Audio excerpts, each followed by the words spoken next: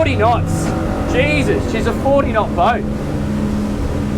That's quick for a family cruiser. My guys are sitting laughing, but I just keep on napping. They're knocking on my door, but I'm knocking them down. They say I'm acting crazy, but I just wanna lie in the sun. Whoa, lie in the sun. Okay, here we are in the test drive part of the video. So first things first, I've got the start-stop Yamaha operation. So I've already got my ignitions on, which is here and here, and I'm just going to check neutral, and then 1, 2, very easy.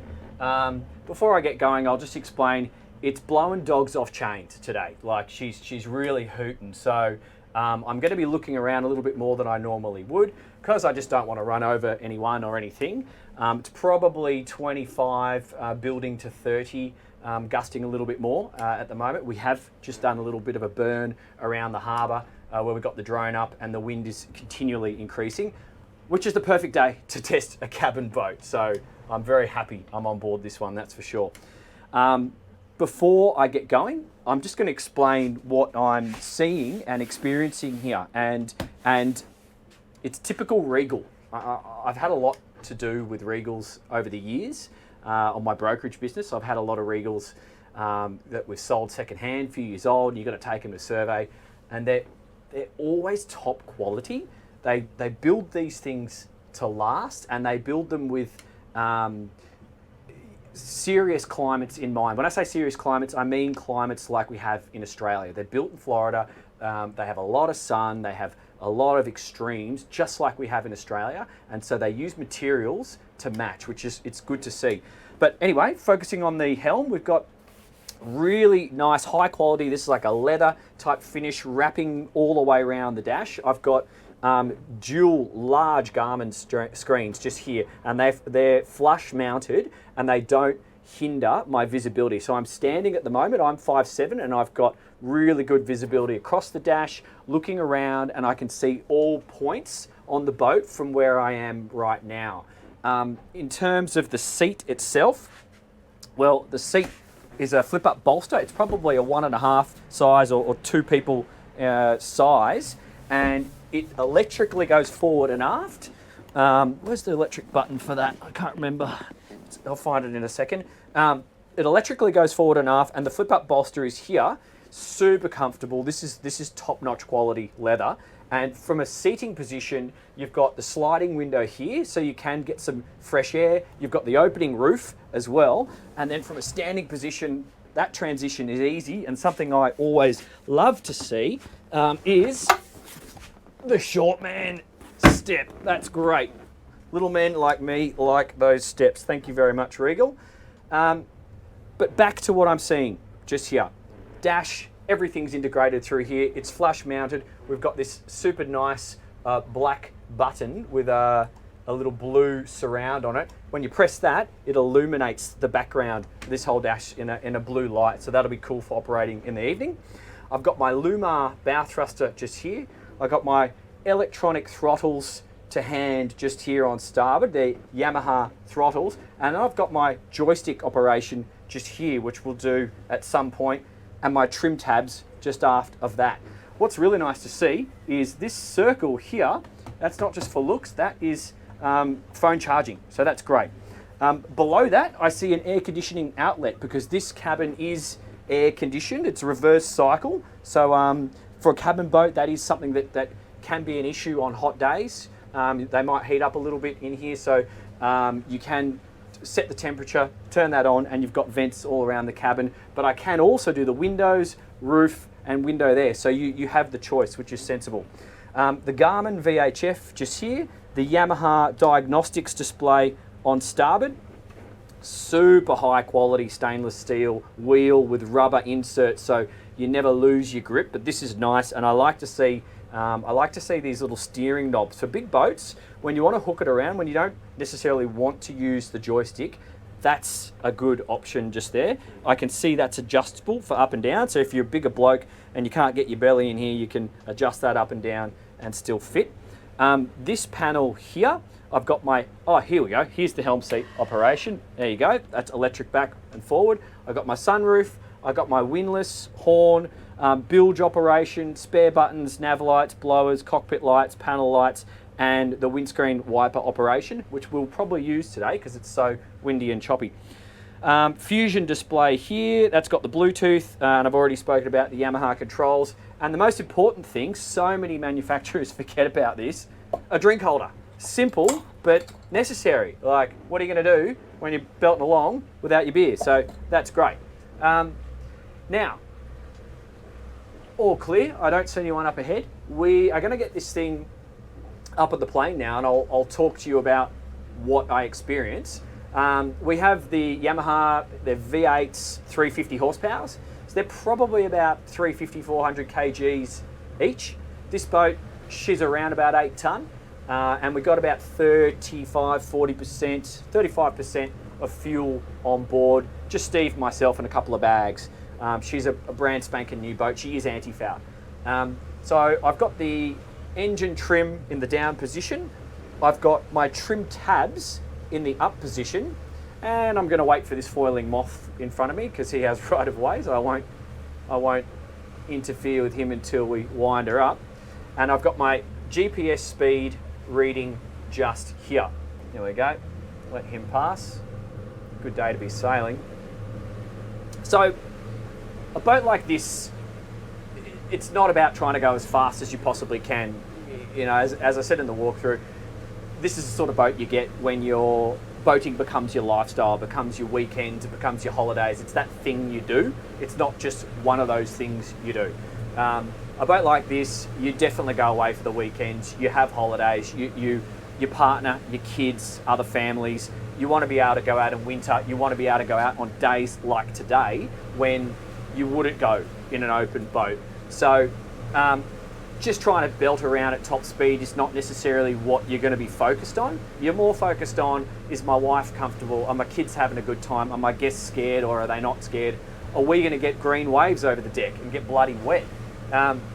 That sort of stuff matters, and that's why you go to a cabin boat. So I'm going to run the thing up through its paces, and I just wanted to put it into perspective because you've probably seen a few boats, or a few reviews of me driving really fast all the time on other boats, but that's because that's what you do on those boats. On a boat like this, you can, and it will, but it's not necessarily what you need to do. So first things first, off the plane speed. Where's my revs? There they are. So both engines, 2,400 revs. I'm making a few waves here, so I'll just wind that back a little bit first. I'm not going to talk about fuel flow because who cares? If you're asking that question, you should be doing a different occupation, to be honest. And there we go. 1,400 revs. 1,400 revs is giving me a downwind speed of 6.5 knots average. I'm going to call that 6 knots because we do have quite a bit of wind up the arse end of the boat today. And that is not going to interfere too much in a no wash zone. That's not going to interfere with other boaters and people on stand-up paddleboards. So you can safely say you get along at 6 knots at 1,400 revs. And then let's wind it up through 1,600. 1,800 revs, you're starting to, second wave behind us is starting to break so that you're now making wash, and coming through 2,000. A boat like this, you just commit to it, just get the boat moving. So I'm rolling through 3,000. The pickup on these motors, yeah, they really grab. So that's 3,000, 4,200. I'm just gonna wind it back. Now this is my first drive, so I'm feeling the boat just as much as you are. I'm just going to play with the trim tabs. I've got minor bow raise on acceleration, nothing that's going to affect even for a short man like me. But I'm just feeling that, and as I drop the trim tabs to 1/4, I can just see, I can see the revs dropping a little bit. Therefore, I'm flattening the boat out. So let's just feel our way through here. Now I'm just going to raise those trim tabs.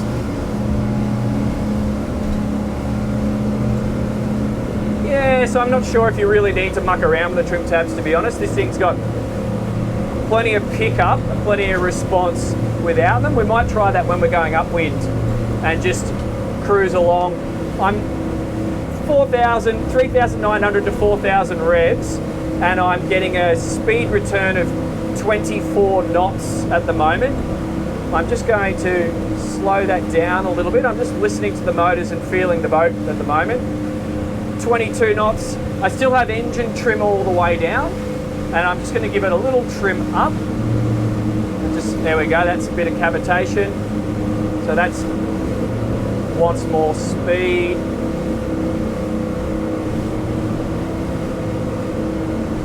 So, what I'm learning, 22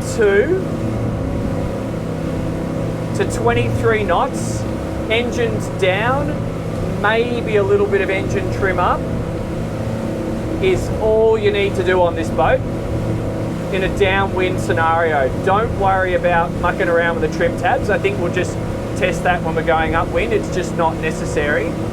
And next thing worth noting, we got a lot of waves here, we got a lot of wind. This thing's solid. This thing's solid. I'm not feeling or experiencing any uncomfortable banging. None of the furniture is rattling around.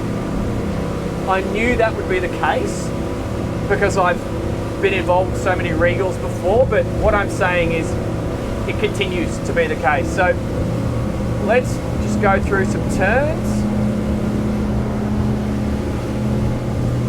And let's head out to sea, and we'll just go up into these waves for a little bit. So I've been going down waves. I'm now averaging my speed between 23 to 25 knots. My revs are hovering between 3,900 to 4,100. So in an outboard powered boat with outboards of this size, if you are hovering around that 4,000 rev range, that's a very efficient rev range for an outboard engine. Your fuel flow goes like that. I just said who cares about fuel flow, but some people are going to ask. If you're driving around at 5,000 revs everywhere, the boat's not necessarily going to be all that efficient. You're going to be sucking some juice. So to know that a boat will do an expected cruise speed of 22 to 23 plus knots at 4,000 revs or below, that's a good thing to me. So now I'm going to turn up into these waves. It's going to bounce around. We have considerable chop, and I'm just going to slow it down a little bit. I'm just going to come straight into these waves. So we're in a steady 27 knots at the moment, I'd say. So I've just slowed it down to 15 knots until I see how the boat feels. I could feel it. I was copping a couple of waves in my turn there. And now I'm going to increase and put my sunnies on because I can't see. That's better. 17 knots. 3,900 revs. She seems to be very good at that number. So this tells me this thing is a boat you would happily take offshore because of the design, i.e. the cabin. We're dry, we're protected, it's a windy, rough day, but also because of the hull. Sure, we're getting a bit of spray over the decks, but I would expect any boat of this style to get a bucket load of spray over the decks in wind conditions like we have today. If anything, that's a good test. But I'm comfortable, my belly's not bouncing around, your guests are not going to be getting seasick in rough conditions. So you can be off at your favourite anchorage or your favourite spot for the day, it can blow up, and you can be comfortable that this boat's going to get you and your mates or your family or your loved ones home comfortably, and you're not messing up this lovely upholstery with whatever you had for lunch. So let's turn downwind now, and I'm going to do this downwind. I'm just going to do a couple of S-turns just to see how she feels in a turn. And then I'm going to give it some wide open throttle. So my rev range is still sitting around that 3,900. I've got low 20s knots. Downwind, obviously, like any boat of this style. We're picking up in speed, so 25 knots, easy. And I'm just gonna do some, again, we're not trying to go around the witch's hats on a boat like this, but we do want to see how she performs in a turn, see how much water you need to complete a maneuver, and see how cool you're going to look as you go past your mates. That's super important. So as I take her through the turn, I'm not getting any blind spots. The boat does not heel aggressively. It's got a very moderate heel. I'm putting that down to the beam and displacement. Some cabin boats with a roof like this, you hook it into a turn and it leans so much the roof will block your visibility on a opposite turn. So me being on the starboard side, if I hooked it over to the port, I may not be able to see. What I can immediately tell on the Regal is that my visibility, and I'm sure this is a design element from the factory, my visibility is fantastic. It's never hindered. At no times does this roof line dip below the horizon. So I've got safe visibility. Yeah, that's great. Yeah, no issues. All right. I just haven't felt the need to use these trim tabs. I tested them before, but I don't think that's just necessary. I'm going to wind it up now. That feels like I want a little bit of engine trim up there. This wind's pushing me, so I'll just do a little bit of balance and see what happens there. Okay, I've got 33 knots.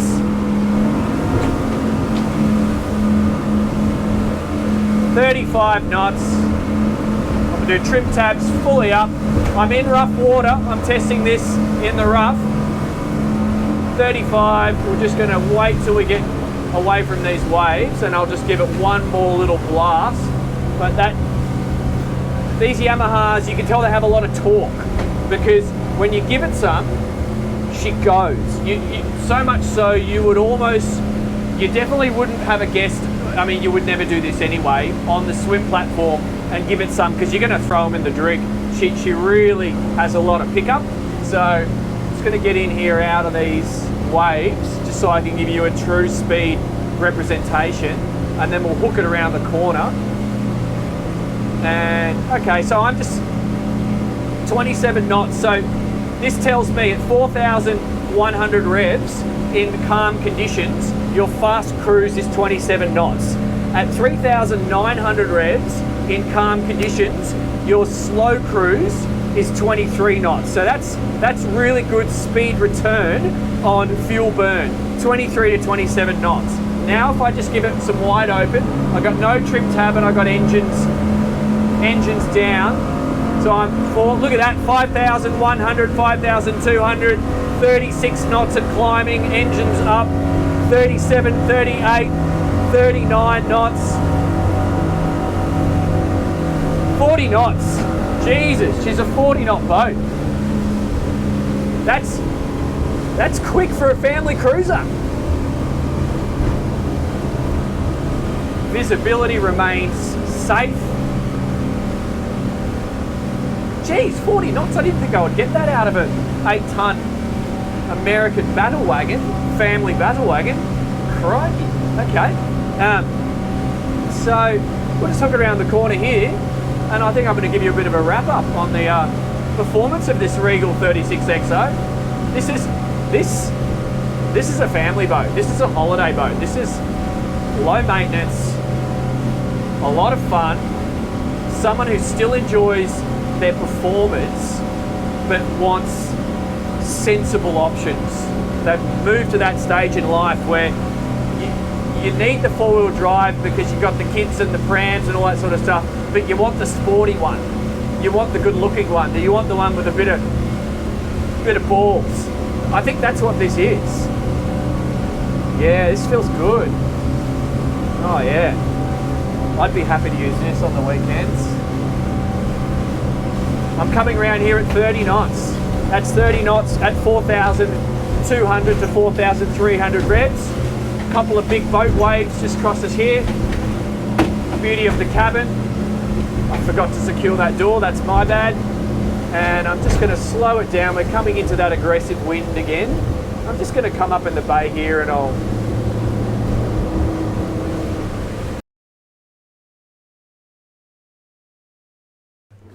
So, what's my wrap up on the Regal 36XO performance? This thing's a capable boat. It's got the cruising speeds and the higher cruising speeds that one would expect if you were coming from a decent sized bow rider or a sports cruiser.